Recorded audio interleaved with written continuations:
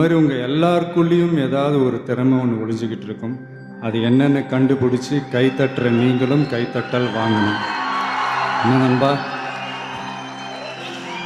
ரெண்டாவது, கிடைச்ச வண்டியில் ஏறி நினச்ச இடத்துக்கு போக முடியாதுங்க.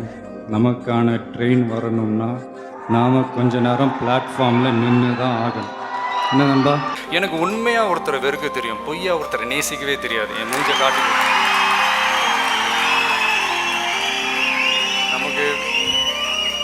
நமக்கு பின்னாடி பேசுகிறத பற்றிலாம் நம்ம கவலைப்படவே கூடாதுங்க. அவங்கள விட நம்ம ரெண்டடி முன்னாடி இருக்கோன்றதை நினச்சி பெரும் போட்டுக்கிட்டு போயிட்டே இருக்க வேண்டியதுதான். என்னோட பிகினிங் ஸ்டேஜில் என்னை பற்றி வந்த கமெண்ட்ஸ், விமர்சனங்கள் இதெல்லாம் மறைக்கிறதுக்கு ஒன்றும் இல்லை, உங்கள் எல்லாருக்குமே தெரிஞ்ச விஷயந்தான். அதெல்லாம் ஒரு பெரிய டிஸ்கரேஜ்மெண்ட்டாக நான் எடுத்திருந்தேன். இன்றைக்கி உங்கள் முன்னாடி ஒரு விஜயாலாம் நான் நின்றுக்கவே முடியாது.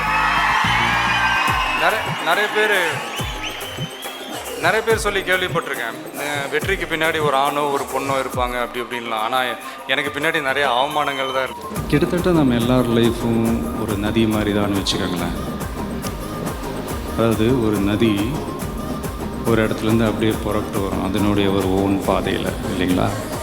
அப்படி வரும்போது ஒரு இடத்துல கொஞ்சம் பேர் கூடி நின்று விளக்குகளை ஏற்றி நதியில் விட்டு வணங்குவாங்க. நதி போய்கிட்டே இருக்கும். இன்னொரு இடத்துல சில பேர் பூக்களை தூவி நதியை வரவேற்பாங்க. நதி போய்கிட்டே இருக்கும். வேற ஒரு இடத்துல சில பேர், நம்மளை பிடிக்காத சில பேர், நதியில் கல்லெறிஞ்சு விளையாடுவாங்க. நதி பாட்டுக்கு போயிட்டே இருக்கும். அந்த நதி மாதிரி தாங்க நம்ம வாழ்க்கையிலே நம்மளை வணங்குறவங்களும் இருப்பாங்க, நம்மளை வரவேற்கிறவங்களும் இருப்பாங்க, நம்மளை எதிர்க்கிறவங்களும் இருப்பாங்க.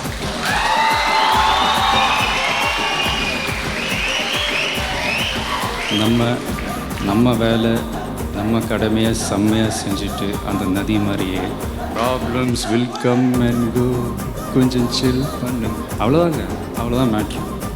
ரைட்டுங்களா? Kill them with your success, bury them with your smile. அதே நேரத்தில் அவ்வளோ ஈஸியால் இந்த உலகத்தில் நம்மளை வாழ விட்டுற மாட்டாங்க. போட்டு ஒரு வழி பண்ணுவாங்க. நாலா பக்கத்துலேருந்து போட்டு நம்மளை ஒரு ப்ரெஷர் பண்ணுவாங்க. வேறு வழியே இல்லை. அதெல்லாம் தாண்டி தான் நம்ம வந்தாகணும்.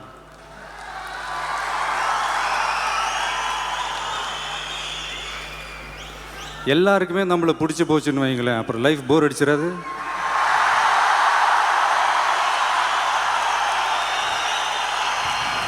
அப்புறம் நீங்கள் யாருக்காக என்ன சாதிப்பீங்க, யாரை சந்தோஷப்படுத்துவீங்க? கொஞ்சம் பேருக்காவது நம்மளை பிடிக்காமல் இருந்தால் தான் லைஃப் ஒரு மாதிரி ஜாலியாக இருக்கும், இன்ட்ரெஸ்டிங்காக இருக்கும், சுவாரஸ்யமாக இருக்கும். இப்போ அழகும் ஆடம்பரமும் இருந்த 1000 பேர் கூட ஆசையாக பழகுவாங்க. அன்பாக இருந்தால் பழகிற 10 பேர்